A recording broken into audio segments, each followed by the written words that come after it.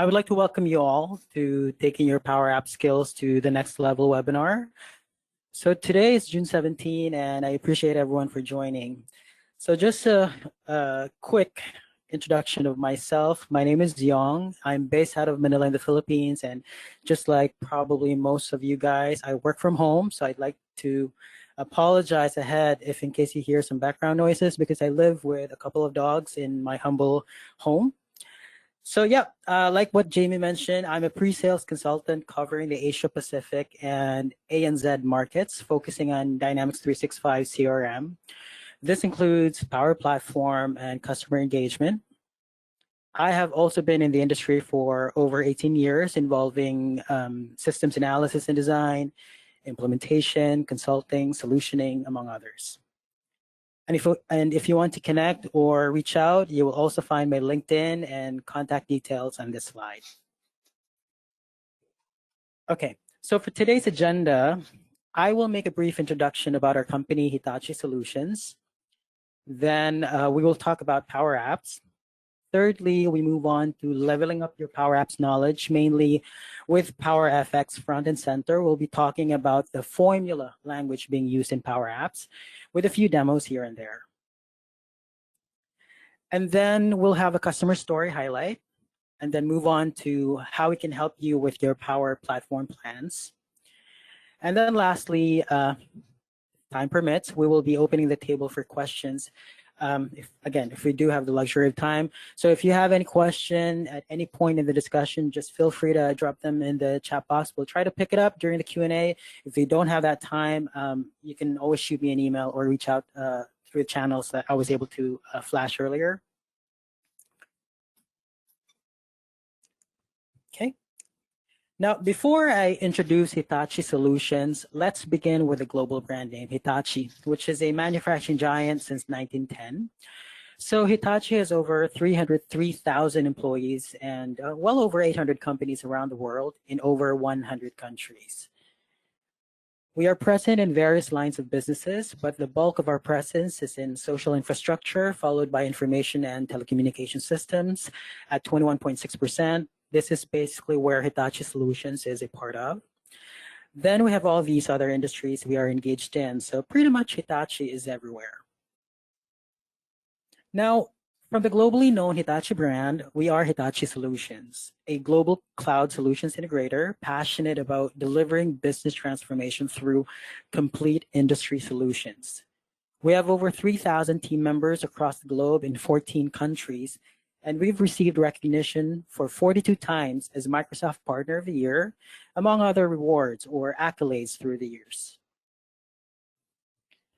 Now, our team members come from North America, Europe, Central and East Asia, where India is our largest team, and lastly, Southeast Asia and Australia and New Zealand. In Asia Pacific, we have local offices in New Zealand, Australia, Philippines, Taiwan, and Thailand, and our regional head office is in Singapore. So for our next topic in today's session, what is Power Apps? Let me first pick into your brains with a very short video. So just bear with me, guys, and let me open a video here real quick.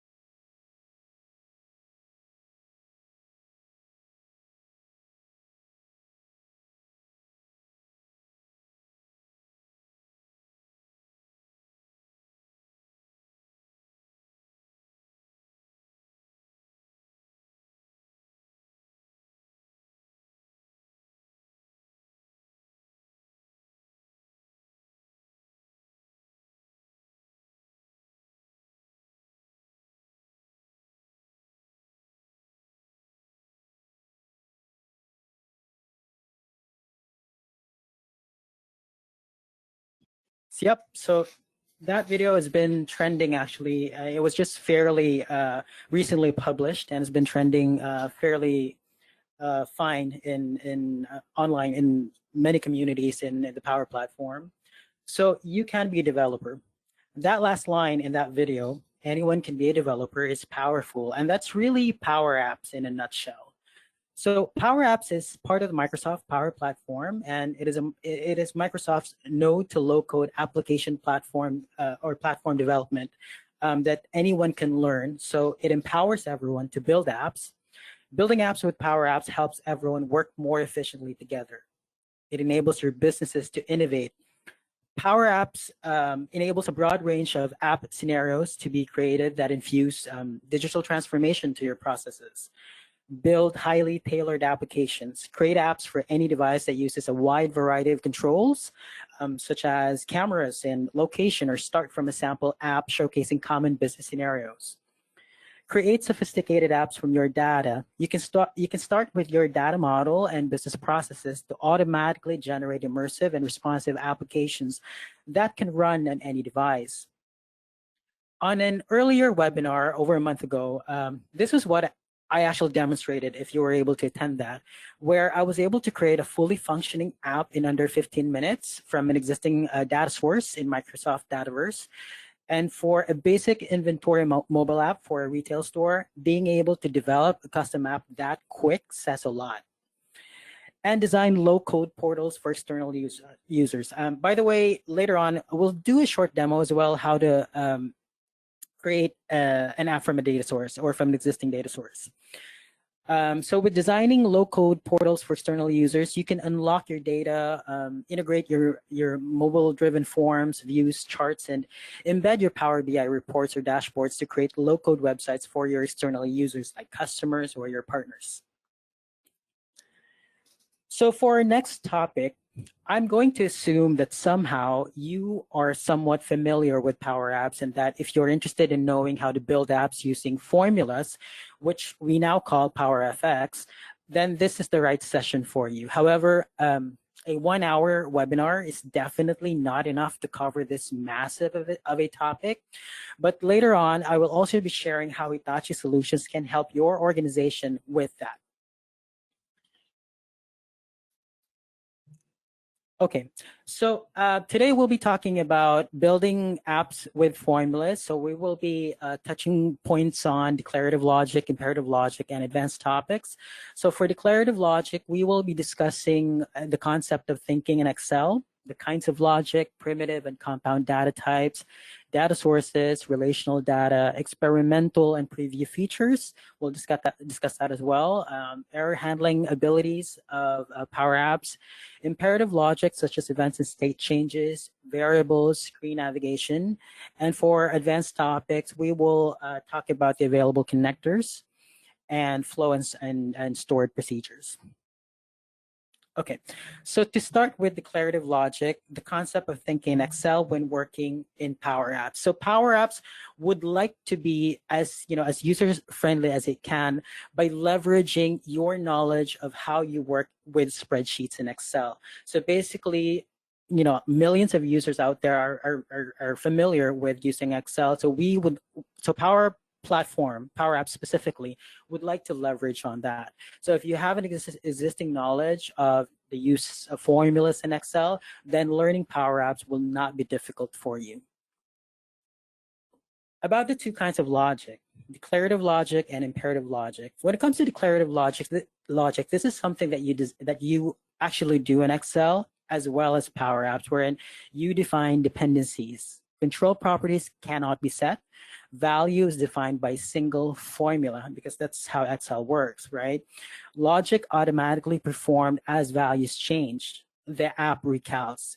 If you remember with Excel, regardless of which worksheet or spreadsheet you are on actively, whatever changes you introduce to the worksheet in terms of cell values, anything that picks up that value in terms of dependencies to that value or to any formula for that matter, the app recalculates.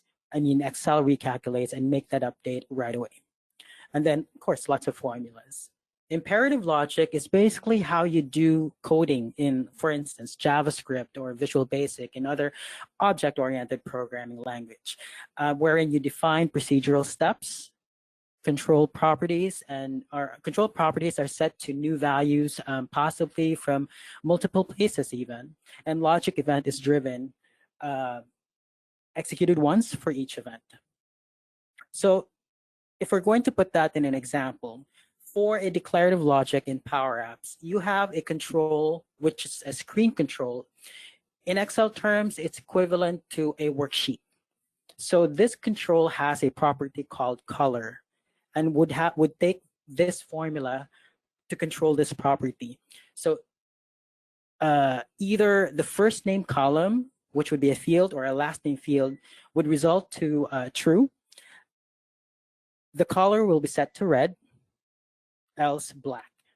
If you do that in imperative logic, if you design it that way, the approach will be you create a procedure just similar to what you're seeing right now for the unchanged event, right? So this is the equivalent of that simple formula you see in the declarative logic in comparison to imperative logic.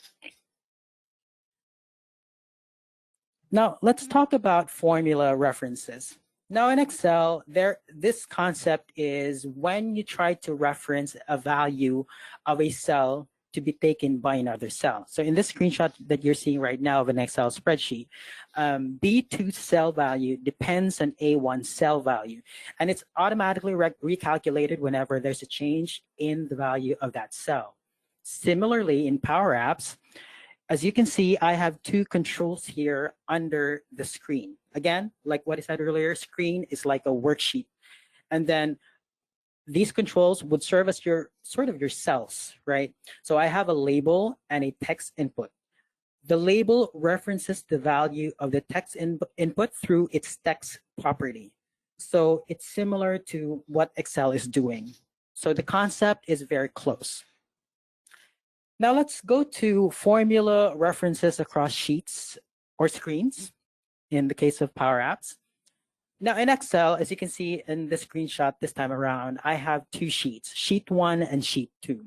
Cell A1 of sheet 2 references cell A1 of sheet 1 for its value. Similarly in Power Apps, you can see here I have two screens, which acts again as a worksheet. I have screen 1 and screen 2. Screen 2 has a control called label 2, which references the value of text input 1 found in screen 1. That's why it's displaying as 7. Okay? So let's do a very quick slider demo, the world's simplest slider app, so you can get the concept of this reference I'm talking about. Okay, and so for anyone who's familiar, this is the Power Apps Studio, Power Apps interface, and we are now going to the Power Apps Studio. And let me just open this app real quick. Oops, I got that into a double, and we're also going to put that in edit mode so we can discuss how it was built. All right, so this is the actual app. I have actually a total of 7 components here. I have a screen and then 3 sliders and 3 labels. Notice what happens when I change the value of the sliders. It changes the value of the background color of the screen, right? And all these labels, they reference the value of the slider at which point the slider is being set at. So let me go to the app in edit mode so you can see how it was built.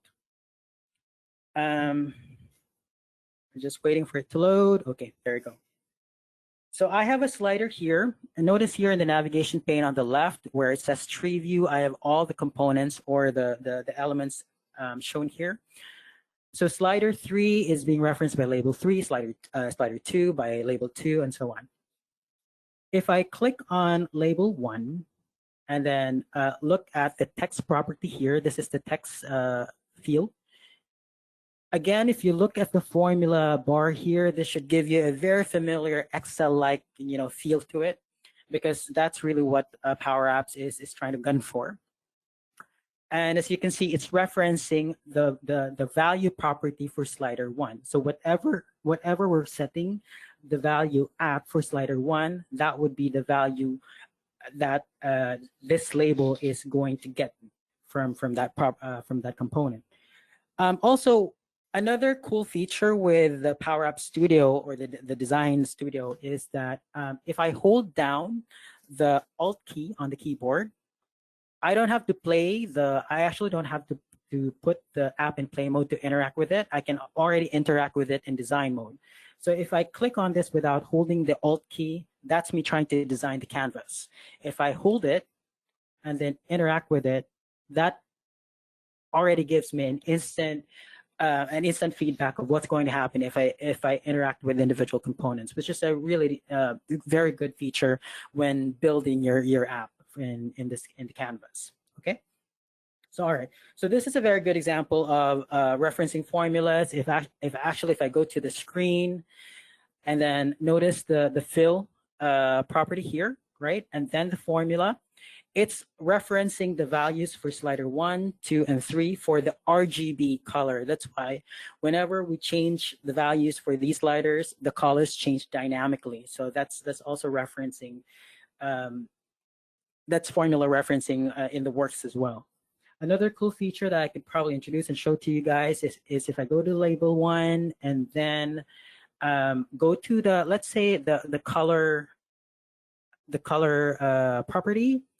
What I can do is with an if statement, similar to Excel, let's say if, and we're going to reference slider 1 dot value equals 0. Then I want it to go white or black. Okay.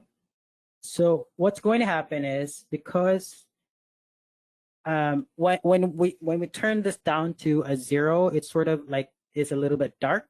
So I want this particular slider when it's set to 0 for the color of label 1 control to be a white.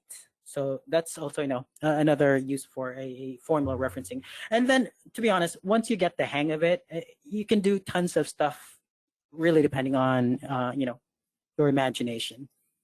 Okay, let's go back to PowerPoint real quick. Now let's talk about input and output properties. So you have input only, input or output, and output only. So for input only, these are all of these are based on a formula. For input only, cannot use elsewhere, does not show up in an IntelliSense. IntelliSense is basic when you use Excel and then as you type the formula, similar to Power Apps, it's going to give you suggestions of what you can add to the formula. So that's IntelliSense. An example of an input only would be the default property to a control, because it's really just an initial value, so it doesn't show up. For input or output, it can be used elsewhere. A good example of that is the dot fill property that I've shown earlier for the background. It shows up everywhere.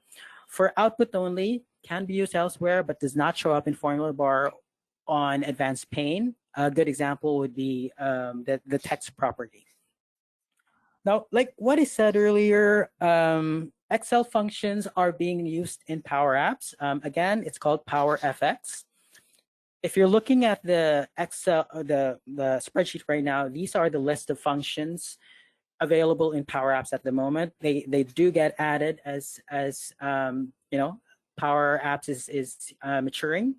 So the ones in green are probably functions that you may be familiar with. One of them would be count, count if, which is being really used a lot in spreadsheets. Concatenate when you're trying to combine strings. So these are the functions right now as I've checked it a week ago, I believe. But for you to keep tabs on the existing list of functions being supported in Power Apps, I'm going to share a link later, a URL of where to find this. Okay, now as an Excel user, I'm pretty sure that you have been at a point wherein you're trying to figure out something and just don't know how to go about it. You may have an idea, but you're just stuck in how to go about it. It's either one, you go to an expert Excel user and ask for ideas on how to answer or how to deal with a type of scenario, right? Or you can go to the good old internet and search or Google for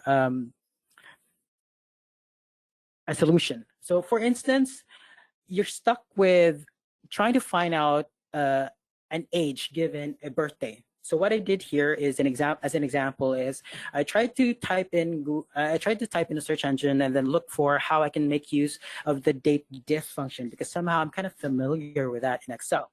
So this is what I got from a search engine result, and then it gave me this particular solution, right, or formula. So going to a DateDiff demo, let me X out of this and then just go to another app here. Let me just close this. So let's go to DateDiff.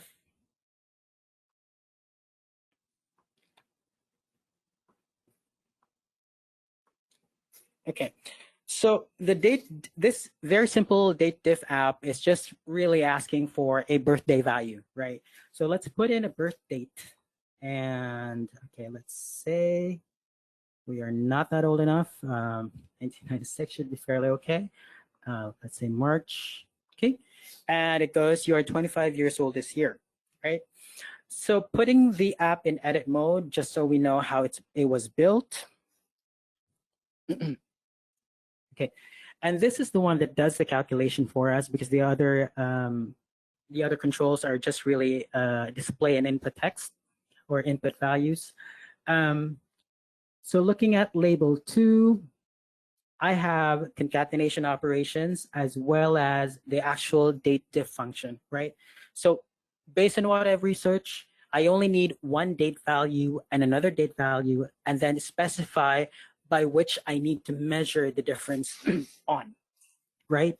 So for DateDiff, after the first concatenation using the ampersand sign, I have date picker 1 controls selected date property. And then, of course, today as the second parameter. And then I chose years because I'm interested in getting the age difference between the two dates. And then the last concatenation using the ampersand operator again, years old this year. Okay. So I guess what I'm trying to say is, when it comes to Power Apps, similar to how you would probably approach in finding solutions to Excel, you need to have an appetite for I guess trial and error if you want to build on that knowledge in Power Apps, because really Power Apps somehow is still kind of new to the scene. Although there are already communities out there that could probably answer some of your questions, and really being able to look for solutions and have that initiative to advance your knowledge further is something that you do have control of. So similar to how you do it in Excel. And I think we need to thank the internet for that at this moment, because we do have access to a rich, unlimited resources that could help us out in probably any situation. All right, so moving back on to our PowerPoint. So primitive data types, we say primitive because these data types have always been there since time immemorial. So we have number, we have text, Boolean, date time, date only, GUID, and the formats by which these data are being stored. All can hold blank, just like in Excel, or null values. And then just like in Excel, you test for nulls with its blank function. And then you also create nulls with blank function. Okay, on to compound data types. So we have record and table. A record would be a single instance in a table of a row, right? So a table would have rows and columns. Columns would be in a form what you would think of fields. So for this particular example, I have Yong and Caballero, that's me, as a single instance of the record, by which Yong is assigned to first name column, Caballero to the last name column. A table would of course be a collection of records. In this case, I have Yong Caballero and Nina Gonzalez. A single column named value, in this case, looking like a parameter is stored like this. Records and tables, by the way, can be arbitrarily nested. So table can contain records of tables of records. Records can contain tables of records of tables of records. There are no arrays, so just like what I'm showing here, you use single column table instead.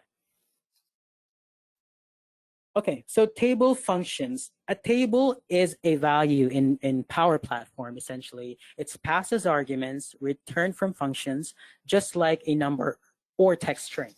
Now, if you've done work in Power Automate, you should have, this concept should be very familiar to you, because when you try to access information from a data source and get to that table, the table is actually being returned to Power Automate as a value. So that's a very good example of this concept. Now, functions that return a table would be operations like filtering, sorting, shaping, and grouping. So that's filter, sort by column as an example, add columns, drop columns. Let me think. Okay, let me show you something here real quick. So this is a contacts app. I'm just going to show you how a sort by column is used in this case of how this app was built. And by the way, this app was built just using a simple operation of creating a custom app from an existing data source, which is the contacts table. Contacts table actually comes with Microsoft Dataverse as a standard table or entity. That's how we used to call it back then. Okay, so if I click on Browse Gallery here, which is again a control,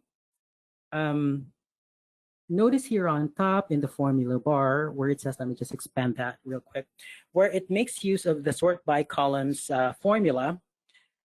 This is actually a compounded formula, by the way, because it puts in one single line the search functionality where it references text search box here, which would be this guy right down here.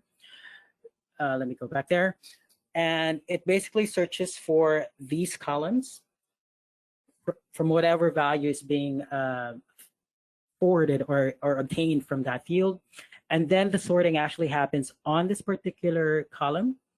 And we do have a context variable here called sort descending one, which is just a toggle of this button right here. So whether it's going to be ascending or descending. So this is basically a very good example of how functions return a table using these particular requirements. Okay, so let's go back to PowerPoint. All right, so for data sources, external sources of tabular data would be SharePoint list. This is something that I've actually done personally, wherein I would interact with existing SharePoint list in any of our SharePoint sites, like build a directory of training materials that we could offer to employees, something like that. SQL Server tables, Microsoft Dataverse. Microsoft Dataverse, by the way, is actually the new name for what was once known as CDS, or Common Data Service. Now, read-only is binding to gallery, display form, and data table controls. These control basically just shows data. You will not be able to make changes to it. Read and write binding to edit form control, like edit form, new form, and submit form. Later on, I will actually show you these screens once we build a custom app using an existing data source. And then read write with collect, patch, remove, update functions, which we'll do a very short demo on later as well. Now, future release stages. This is something that I'd like you guys to be familiar with, because we do have something like this in Power Apps. So future release has these stages: experimental, preview, shipped, and they actually introduced another one called retired.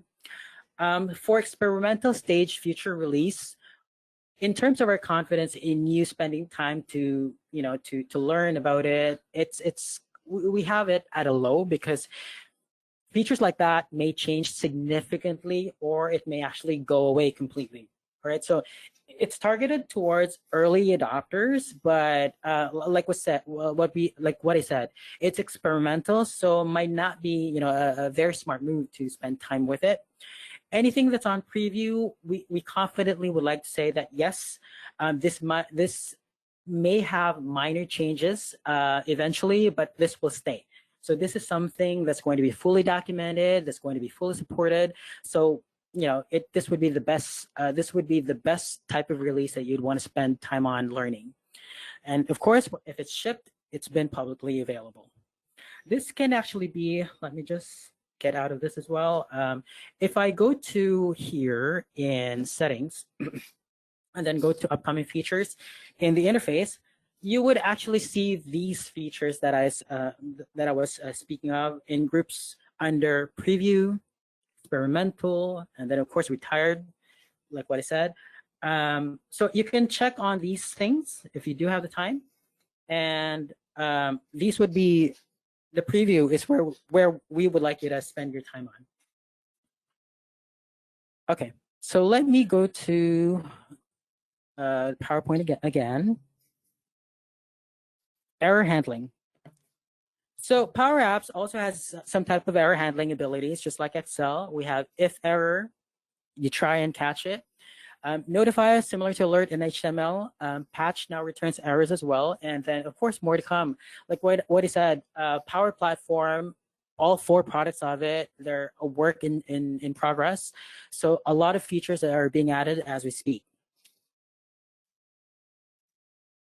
Imperative logic, let's go to events and state changes. Things that Excel doesn't have that apps require would be number 1, buttons, and then programmatically change the displayed sheet. Some control properties would be button dots on select, on visible property on screen, and on start for the app. So these are things that does not exist in Excel. Now let's talk about variables. There's global variables. This would be app-wide scope. The primary function is really just a set, meaning you initialize values for it to be later used, locally or across the app. And then we have context variables. This would be local, screen, and scope. So just the screen's context. And like what I said earlier, think of it as if it's in the worksheet, where you pass values to a screen, like passing parameters to a procedure, and primary functions would be in navigate, formula, and then update context, like what I've shown earlier in the sorting part. For collections, it's app-wide in scope, tables only. Primary function would be collect, clear, clear, collect, which is a combination of collect and clear. Update, remove, can be saved to the local device with save data or load data if you want to work on it offline. So we are actually going to do a little bit of demo on the world's simplest collection demo app. So let me X out of this. The idea of the app here is basically, I'm going to host a party and I'm going to have guests. I want them to sort of vote on a flavor of a cake and an ice cream that they would like me to add to, let me X out of this, to the party, sort of. So let me open that real quick. And also let's put this in edit mode. Okay, so I have 2 input controls here for the cake and for the ice cream. Let's say I'm going to vote for Black Forest. And for ice cream, let's say vanilla. And then I click add vote. Oh, I misspelled that. Let's say chocolate for another vote, and then mango. Okay, add vote. All right, so basically it just adds values to this list and gives me an idea of how my friends voted. Clear vote is essentially just, clearing the table. Now let's go to the app itself in edit mode. If I click on add vote, which is really what's been doing all the legwork, the on select property for this button only, what it does is basically it collects these data into a table called food. Now food at the time when I was building this, food is not an existing data source. So when I created that, it automatically creates it as an empty table. And then when I specified the columns, cake and ice cream, it automatically adds that as well as available columns to add for this particular control that I can add to get or to obtain or store those data coming from the collect function. Okay, so here it is. As you can see, this particular control data table, the data source here is saying food, but since I do have access to all the tables in Dataverse, I can also make changes here if I need to connect to another table or another data source by way of other connectors. So you do have that flexibility. All right. So let's get out of this app again, and we are going back to PowerPoint. Okay, so in terms of screen navigation, you navigate with these three parameters, the destination, transition, and a context variable. Although you only really needed one parameter at the very least, which is the destination, that would be your screen. So let's say if you have screen 2, if I say navigate to screen 2, that would be enough. Transition is basically just specifying how you would like the navigation to happen. It can be a slide left, a slide right, sort of an animation in PowerPoint, similar to that.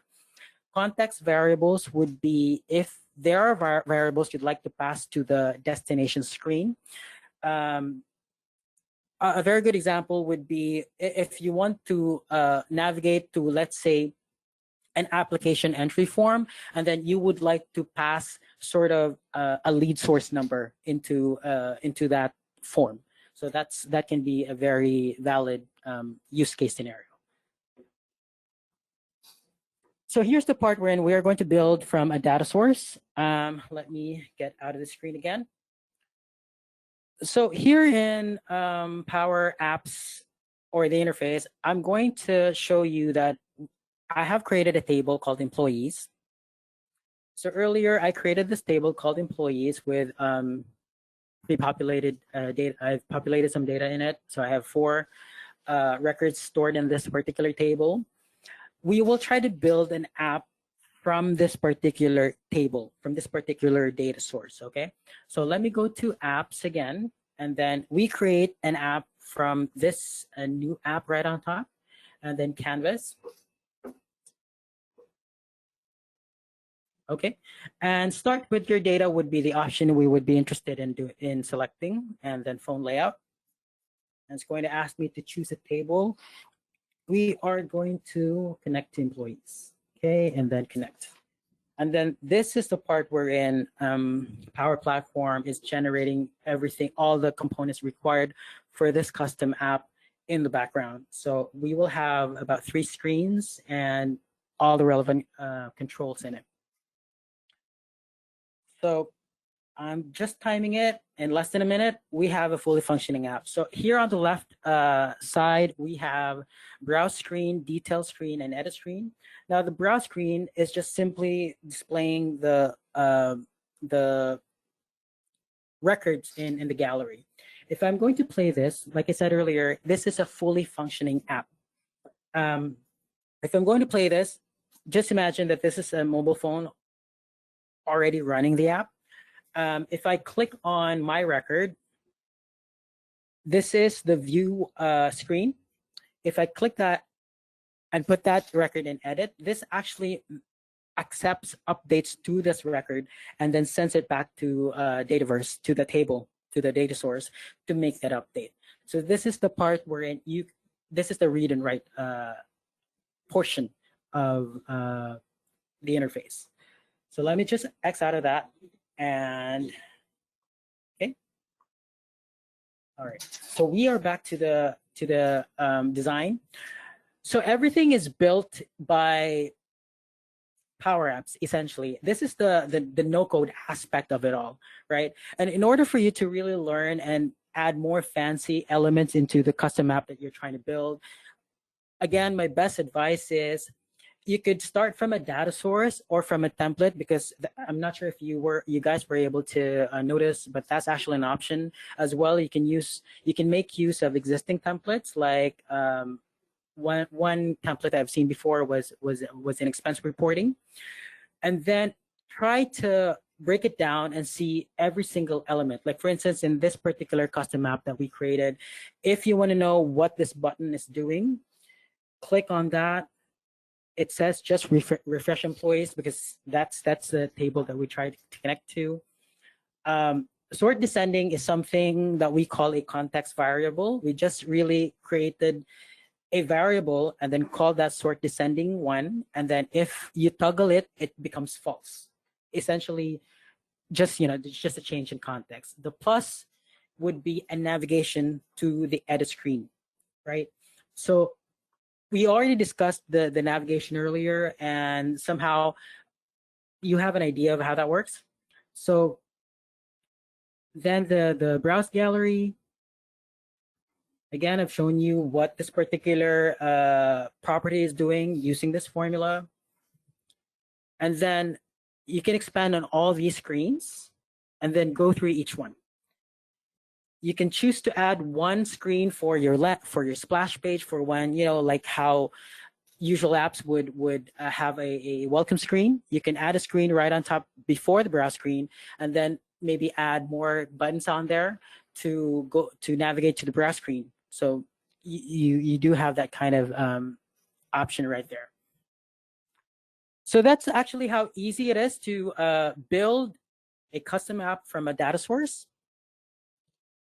And all right, so going back to our discussion, in terms of connectors, at the moment, we have over 200 connectors available, and the list continues to grow. These are shared across Power Apps, Power Automate, Power Virtual Agent, Power BI, and Logic Apps in Azure. You can also create your own custom connectors. That's something that does require a developer, though. So that's an option for you. So connectors such as OneDrive, Outlook, even Salesforce are actually available here. So Power Automate, in terms of Power Automate, Power Apps can actually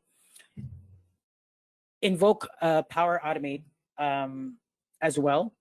Similarly, Power Automate can actually work with Power Apps as well. If you're trying to build a flow in Power Automate, it actually can call Power Apps as well. So it can be done both ways.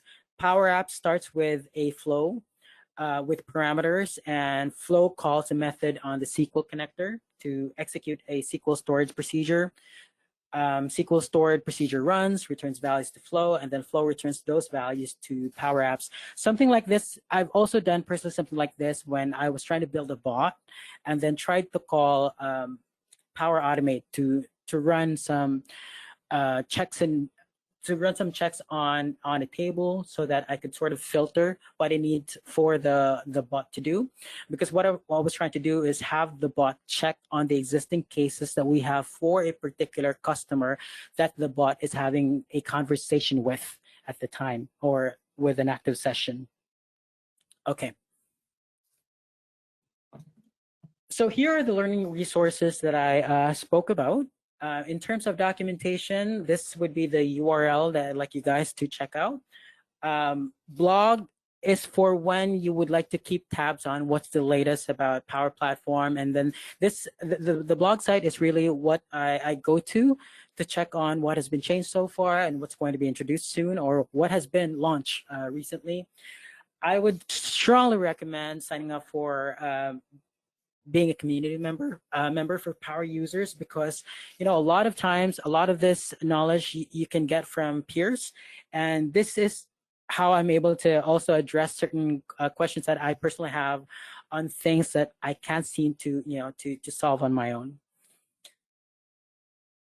So on to customer success stories. Let me start with customer momentum. For Power Apps, it's now being used by a lot of companies who are taking advantage of the rapid solution development it offers. Some of these include G&J, Pepsi, NASCAR, Metrobank in the US, just to name a few. And according to Forrester Consulting, based on a March 2020 study, there was a combined 188% return on investments in only over 3 years. And 74% reported a reduction in app development cost, and an average of 3.2 hours per week of average improvement in line of business employee productivity as well were noted. Now, these are just some of the critical and important reasons why the leap to Power Platform can put you and your organizations at a digital advantage in today's business climate. And just for our customer feature story today, we have MVP Healthcare. So MVP Healthcare chose multiple Dynamics 365 business applications, as you can see on the left. They have Azure, Customer Insights, Marketing, Customer Service, Sales, and of course, Power Apps. So to improve the quality of care while lowering costs for its members, MVP Healthcare works to provide seamless coordination by monitoring and managing members with programs designed to capture early diagnosis, prevent complications, and drive better patient results. And in terms of Power Apps, they support low-code citizen development. So its business users can simplify and standardize member services themselves, improving the processes they understand best, such as in the example of the screenshot that I'm flashing right now. This is what they call a member enrollment app, wherein an in-office or someone on site actually has a device wherein members can, or an inquiring patient would come up to them and then would be interested in enrolling in the service, would use the device, enroll from there, without necessarily having to go to a computer and get that done. So this is something that can be done mobile, and it does give you more flexibility in terms of data entry, right? And they were actually able to develop tons of other apps for their purpose. Now, this is the part where I was telling you earlier, not much can actually be discussed in 1 hour session, to be honest. So this is the most exciting topic for today, to be honest, which is our offers. First off, we have the Power Apps Maker Enablement, which is a 4-week remote training session combining classroom, hands-on labs, evaluations, and app development activities for your employees. The first 2 days will be dedicated to Power Platform training, another 2 days for administrator training, and this will be followed by 2 days of discovery sessions. And then finally, for 3 weeks, we spend time conducting what we call a collaborative maker assistance, where we get to design Power Apps and automations with your employees, testing their deployment and documenting the evaluation on your team's app maker readiness. So we're basically going to report back at the end of the session that your employees are now citizen developers. That's actually the concept here, and are ready to save you time and money because they are now equipped with the knowledge to come up or design their own custom apps without having to go through your own local IT. And here's a 1 hour complimentary exclusive offer for joining us today. If you're ready to talk to us, I would like to invite you to a Power Platform Value Discovery session. What you can expect are evaluation of your current processes, in-depth exploration of how Power Platform can help you, identify potential implementation blockers, and discuss future focus steps. So this session can help you envision a better way of doing business with Power Platform, realize your need to innovate, and identify digital transformation efforts, and empowering your employees to do more in improving all aspects of your business through automation and digitization. I'm truly looking forward to hearing from you guys about this exclusive one-time offer. And let's interact, but before we do that, let me just flash this next screen. This is the QR code for the survey to today's webinar. But at this point, Jamie, Nina, do we have any questions that I could? It looks like we don't have that much time, but again, guys, if you want to discuss this further outside of the session, you can shoot me an email or get to me through the channels that I've shown earlier to connect. And let me just thank you for attending. But yeah, let me see if we do. Do we have any questions, guys?